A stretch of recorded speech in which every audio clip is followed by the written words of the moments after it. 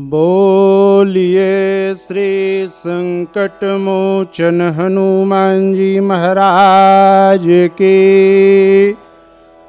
नमोस्तु रामाय सलक्ष्मणाय दिव्यै च तस्यै जनकात्मजायै। नमोस्तु रुद्रेन्द्रयमानिलेभ्यो नमोस्तु चन्द्रार्कमरुद्गणेभ्यः। गंगातरंगरमणीयजटाकलापं गौरी निरन्तरविभूषितवामभागं नारायणप्रियमनङ्गमदापहारं वाराणसीपुरपतिं भज विश्वनाथं। बोलिए सियावर रामचंद्र भगवान की। श्री हनुमान जी महाराज की। मेरे आराध्य प्रभु संत अनंत बलवंत श्री हनुमंत लाल जी महाराज। राम सदा सेवक रुचि राखी, वेद पुराण साधु सुर साखी।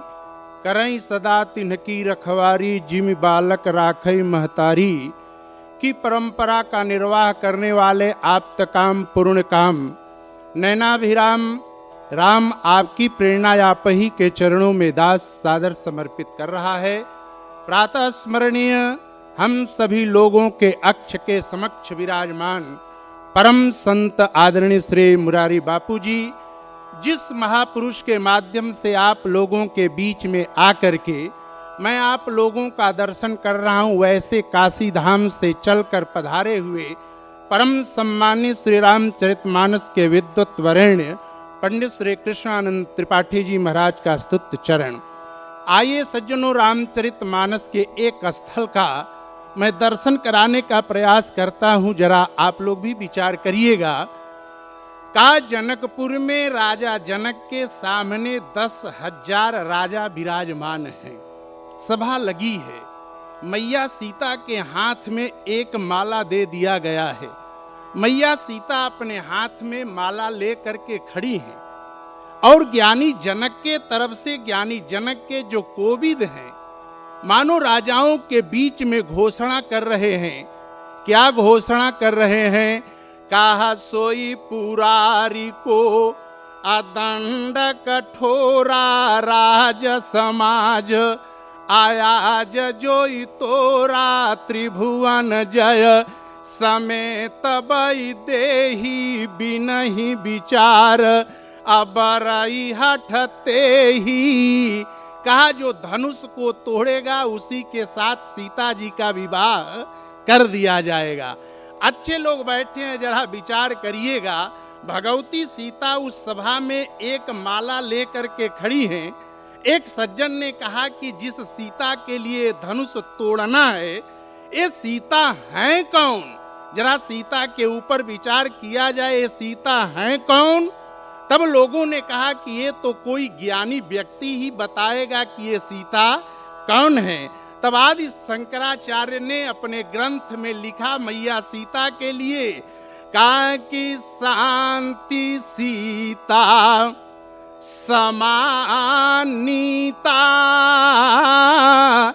आत्मा रामो विराजते। का भगवती सीता साक्षात शांति की प्रतिमूर्ति है। तो सारे भक्त एक किनारे में खड़े थे। भक्तों ने तो सोचा कि हम लोग तो कुछ और सोच करके आए थे, लेकिन सारे ज्ञानियों ने कहा कि ये सीता शांति है। तब लोगों ने सारे भक्तों से पूछा कि आप लोगों के मन में क्या बात उठ रही है, जरा आप लोग बताओ कि आपके दृष्टि में ये सीता कौन है। तो जब सारे भक्तों से पूछा गया कि आप बताओ, तब सारे भक्तों ने एक लाइन में भगवती सीता के लिए बता रहे हैं कि सानुज सीय समेत प्रभु अराजत परन कुटीर, अभगति ज्ञान वैराग्य जनु, असोहत धरे शरीर। सारे भक्तों ने कहा कि भगवती सीता साक्षात भक्ति की प्रति मूर्ति हैं। तो सज्जनों, निवेदन मैं कर देना चाहता हूं कि दुनिया के सारे कर्मकांडी भी उसी सभा में विराजमान थे। कहा कि धनुष यज्ञ में कर्मकांडियों की बात छोड़ दीजिए। गोस्वामी तुलसीदास जी ने लिखा कि देवा दानुजा धारी अमनुजा सारीरा, सारे लोग वहां उपस्थित थे।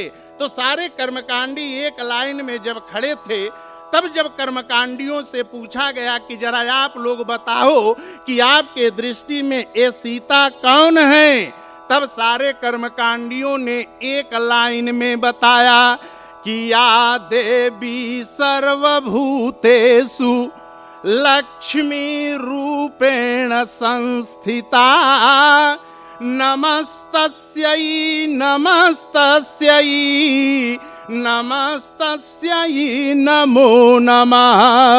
सारे कर्मकांडियों के दृष्टि में भगवती सीता लक्ष्मी है। जरा विचार करिएगा, ज्ञानियों के दृष्टि में सीता शांति, भक्तों के दृष्टि में सीता भक्ति, कर्मकांडियों के दृष्टि में सीता लक्ष्मी।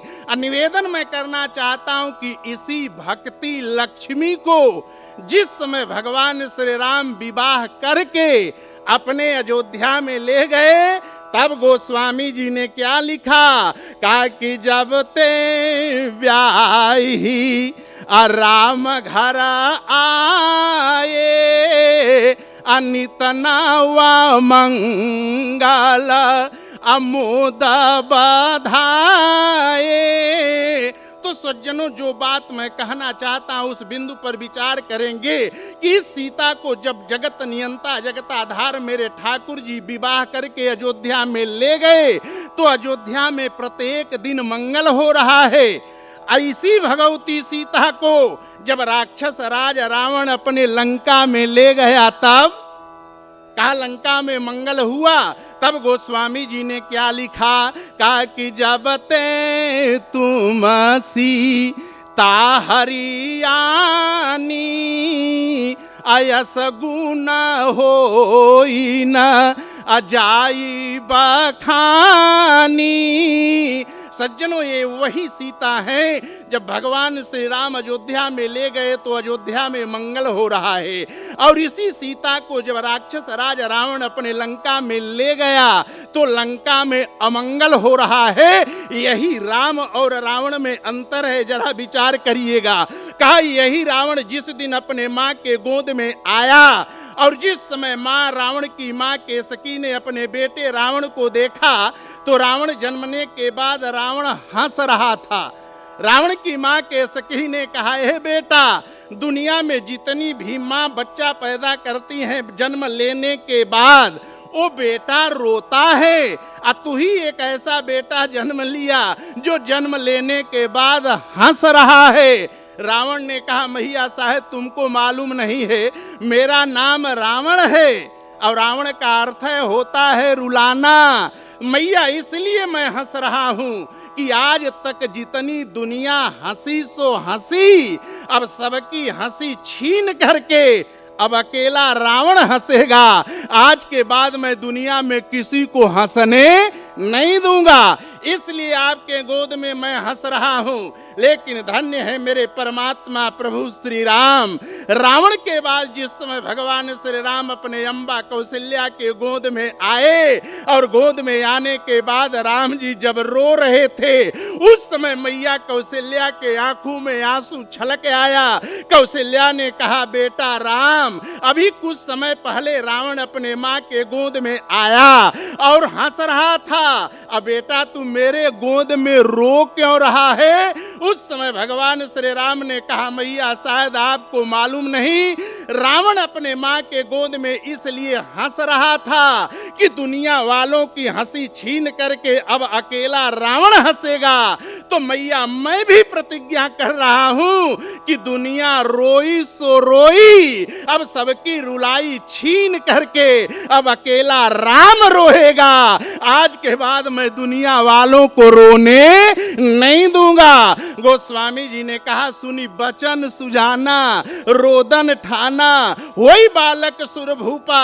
ए भगवान श्री राम का स्वभाव जरा विचार करिएगा। जो दो बात आप लोगों के बीच में हमने रखा कि भगवान श्री राम मैया सीता को अयोध्या में ले गए तो अयोध्या में मंगल हुआ, रावण ले गया लंका में तो लंका में अमंगल हो रहा है।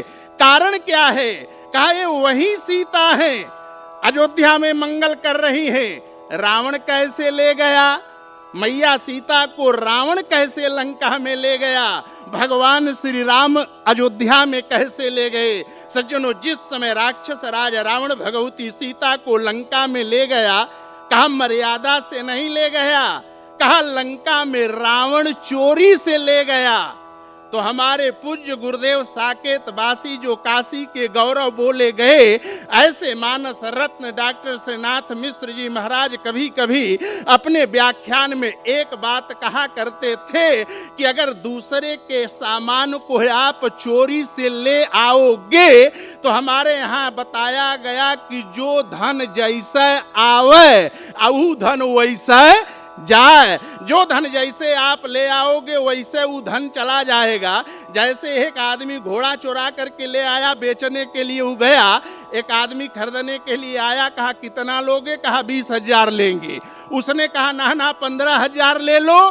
कहा कि 1 रुपया नहीं छोड़ेंगे। वो बेचारा चला गया। बाद में उसका भी एक दादा आ गया, कहा कितना लोगे? कहा 20,000 लेंगे। कहा तुम्हारा इतना सुंदर घोड़ा है 20,000 क्यों मांगता है? इसका मतलब घोड़ा दौड़ता नहीं है क्या? कहा कि नहीं दौड़ता है। उसने कहा तब पहले तुम्हारे घोड़े का मैं चाल देखूंगा, अगर बढ़िया से दौड़ेगा तब तो घोड़ा का 25,000 रुपया मैं दे दूंगा। कहा हाँ ले लीजिए, और लगाम उसके हाथ में दिया, छलांग लगाया। जब घोड़े के ऊपर वह बैठा, लगाम को टाइट किया, अब घोड़ा जब टप टप टप टप दौड़ने लगा, उस आदमी को तब तक देखता रहा जब तक वो दिखाई देता रहा। और जब वो चला गया तो जो 15,000 रुपया देने वाला था, संजोग से वो आ गया। कहा क्या भाई साहब आपका घोड़ा चला गया? कहाँ चला गया? किस भाव में गया? तब वह बता रहा है कि जिस भाव में आया था और उसी भाव में चला गया। तो आज यही रावण जो है भगवती सीता को चोरी करके लंका में ले आया। और सज्जनों, दूसरे के सामान को, दूसरे के मर्यादा को अगर आप चोरी करके ले आओगे तो वास्तव में आपको पाना नहीं माना जाएगा। क्या रावण ने मैया सीता को लंका में चोरी करके ले आया तो क्या ये सीता जी रावण को मिल गई? पहले तो यही समझ लिया जाए, जिस समय रावण सीता जी को अशोक वाटिका में बैठाया था और युवराज अंगद जब शांति दूत बन करके रावण के दरबार में गए, और बड़ी लंबी चर्चा वहां की है।